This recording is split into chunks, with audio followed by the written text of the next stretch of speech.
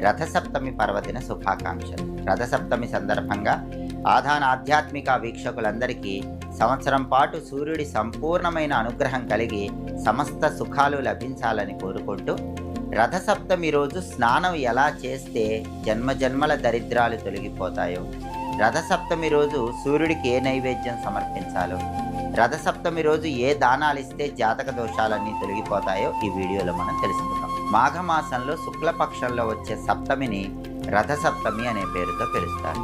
దీన్ని రథసప్తమి అని ఎందుకన్నారంటే, ఈరోజు తెల్లవారుజామున ఆకాశంలో గ్రహాలు నక్షత్రాలు అన్నీ కూడా ఒక రథం ఆకారంలో ఏర్పడతాయి. అందుకే దీన్ని రథసప్తమి అన్నారు.